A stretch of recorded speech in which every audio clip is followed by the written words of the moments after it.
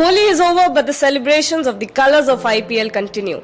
Tonight it's a battle of pink versus blue as Rajasthan Royals take on Delhi Capitals. Hello and welcome to Rev Sports. I'm Gargi Raut and joining me today is Debashish Sen and a very special guest, Srijit Mukherji, filmmaker, screenwriter and a maestro of Bengali cinema. Thank you so much for joining us, Srijit. First off, I've heard that you've played some cricket yourself. Tell us about your pipeline from cricket to filmmaking. How did it happen? Yes, I have played cricket a fair bit. I played till university level. And I have always been a cricket buff. In fact, if you tell me what is my first love, I would say it is cricket and not cinema. I mean, cricket is closer to my heart than cinema is. And in fact, with the artificial intelligence around the corner, I'm soon to be out of work. So because I heard that there is a program which can now on a prompt give you a video also.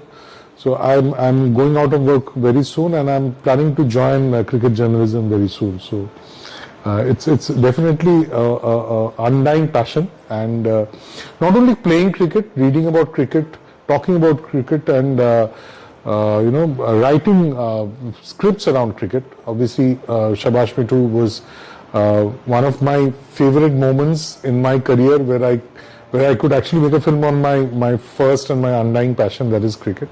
And I have a few other scripts as well on cricket. So yes, it has been very close to my heart. Debashish, since we're bringing a blend of IPL and filmmaking, RR versus DC tonight, do you think DC has enough capability now to take on Rajasthan Royals, who look very, very strong? Yeah, absolutely, and with the joining of Henrik Nokia, obviously that bolstered the pace attack. But overall, by the look of it, Rajasthan Royals look far more superior on paper, and they have the firepower. Be it their batting, be it their bowling, overall strength. If you look, they are a formidable side. And talking about Delhi Capitals, obviously they started the tournament with a loss, so they would be looking to make amends as far as the result is concerned. But then it all will depend on how their openers, David Warner and Mitchell Marsh, give them the start. That will be very, very crucial. And as I said, Henrik Nokia coming in, that adds to the firepower. Srijit, since we're talking about colours so much, tell us about how important colours are in the narrative of a story in filmmaking. How important are colours? Oh, very, very. In fact, so much so that we've now a separate credit for the colorist. So when we do a DI, which is another process which kind of follows the shooting of a film, we get into the nitty-gritty of the color palette of every frame, every scene, and we tweak that around. We make corrections, we enhance it, and the person who does it is called the colorist. So he gets a very, very special and a separate credit in films nowadays. In fact, for the longest time now. And Ashirwad Harkar is one of the best colorists that we have today, and I've been fortunate enough to work with him on a number of. He's done most of the major films and most of the Bansali films, and where there is a visual spectacle where color plays a greater role. But I think when you're talking about colors and cricket, you cannot but not mention Kerry Packer. I think he's the guy who kind of changed cricket from a black and white game, maybe black and white and red game, into an actual colorful game where the famous adage, big boys play at night, and you have the Kerry Packer series, and you have the entry of color, And I still remember the '92 World Cup, which was so exciting for us, because for the first time you come across, colored clothing and people and white ball, and that was a separate excitement altogether. And of course, add to that I think that is the greatest thrill of waking up in India to watch matches down under. I mean, I still remember that, setting an alarm. Setting an alarm for an Australia or a New Zealand series has been more significant and more special to me than setting an alarm for even Mohishashur Mordini during Mohalaya.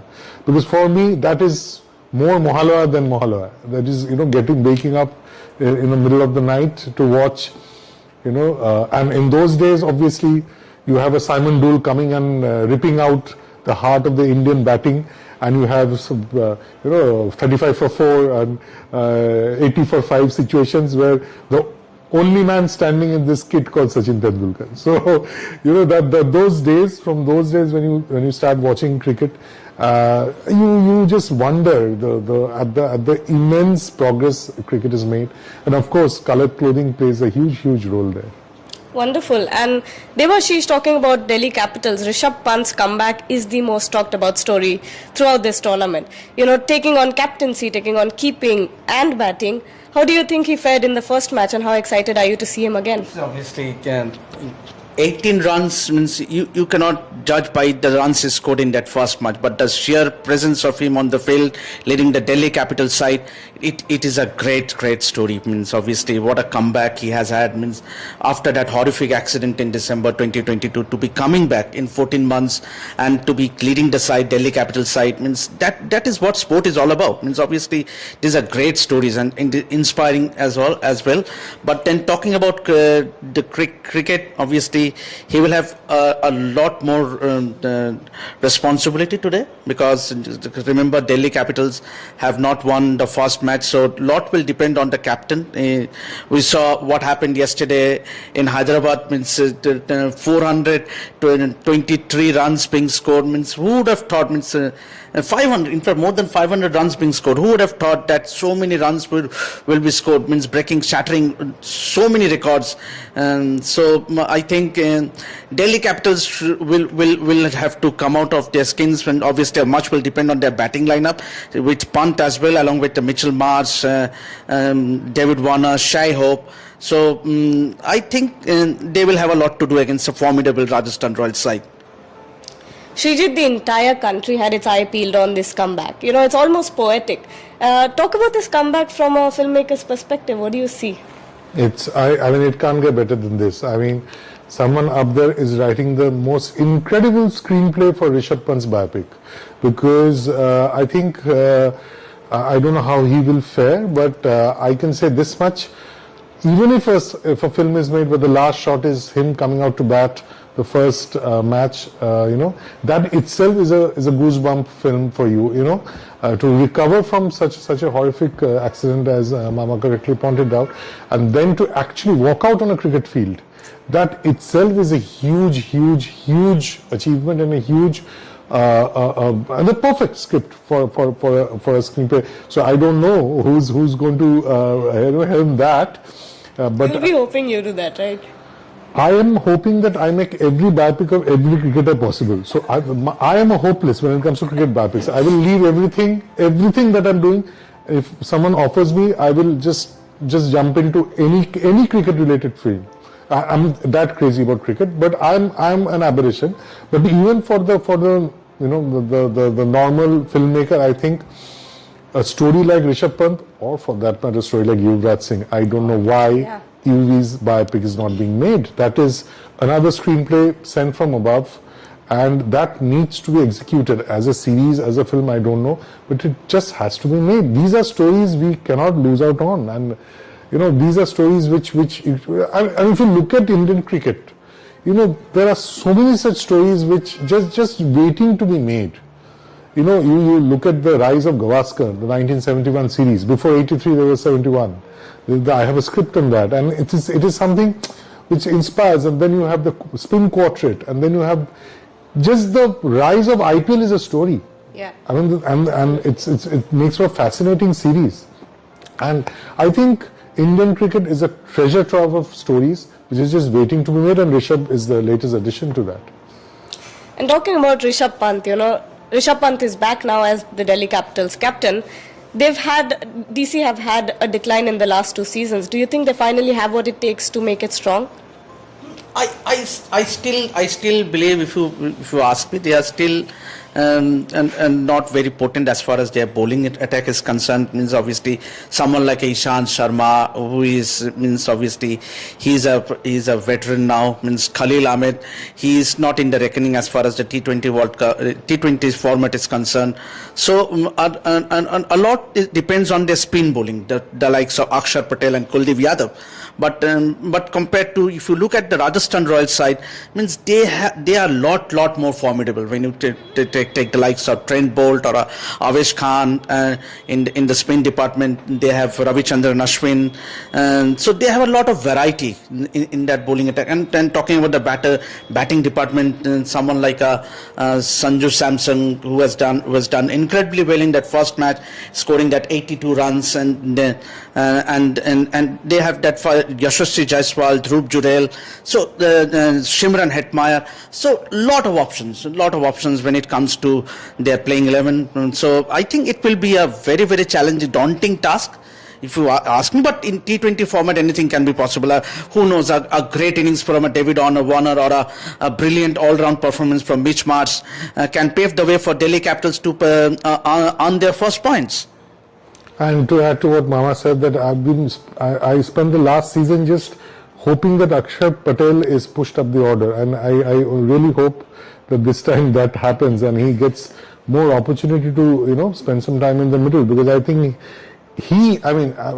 last season we just kept wondering that with his performance match after match, why isn't he being pushed up the order? Because inevitably when he comes in, there's a lot of pressure. And I think if he plays freely, he's a much more potent force, and I think that happens this time. Yes, and leaving aside IPL for a bit, I think it's quite interesting that we have you here today, because yesterday, 2 years ago, 27th March 2022, Mithali Raj played her last international game. Yes. And you've directed Shabash Mithu. Yes. We've loved watching it. What was it about her story that captivated you so much? Again, Mithali is a person who's become the face of, women's cricket in India, and because she captured the imagination of an entire generation with her exploits. When it came to batting, when it came to solid batting, not necessarily flashy or very flamboyant, but solid, dependable batting, Mithali's tenure, Mithali's legacy is something which Indian women's cricket will be forever grateful to. In fact, I was just having a chat with Mithali, because she came down to Kolkata for an event, and I kind of saw her, and then we chatted up after a long time. It was such an honor, it was such a pleasure to do the biopic, and as I said, I left everything when I heard that this was being made and it was offered to me. And I think Mithali's legacy is something which now we are reaping the benefits of. It's not necessarily only about winning. So when I was doing a biopic, the first question was that how does the film end? Like, unlike a typical biopic where you hit a six of the last ball to win, we did win the World Cup, right? Yeah. We lost. But for me, the greatest thing was how you can also win even when you lose a final. Because she won a bigger battle. She won the battle of that woman or that girl who's coming out of the kitchen, who's coming out of the interiors of rural India or Mofussil India, to actually come out and stake a claim under the sun and say that I'm going to pursue cricket. To have that statement come out of the interiors of India, that is greater than any World Cup victory. And that is what Mithali achieved even when she lost the final. When she came back, that airport scene, I still have goosebumps when I think of that airport scene. When she came back, we woke to a new India when it comes to Indian cricket, Indian women's cricket. And that was, I think, greater than holding aloft a trophy on the Lord's balcony. Beautifully said. But now, ending the show, predictions please. Devashish, what do you think? Who's winning tonight? RR versus DC? Who's making how many runs? What do you think is going to happen at Jaipur tonight? Yeah, obviously Rajasthan Royals for me will be the favorites. Is that why you're wearing pink? But he's also wearing blue in his cap, so it's a litmus test, pink and blue and all that. But definitely I would go for Rajasthan Royals. What about you, Srijit? I have spent years in JNU. I'll go for Delhi Capitals. I think Mitchell Marsh will smash the opposition today. He's in any case been in very, very good form. And if Mitchell Marsh gets going, I think it will be very difficult for Rajasthan Royals.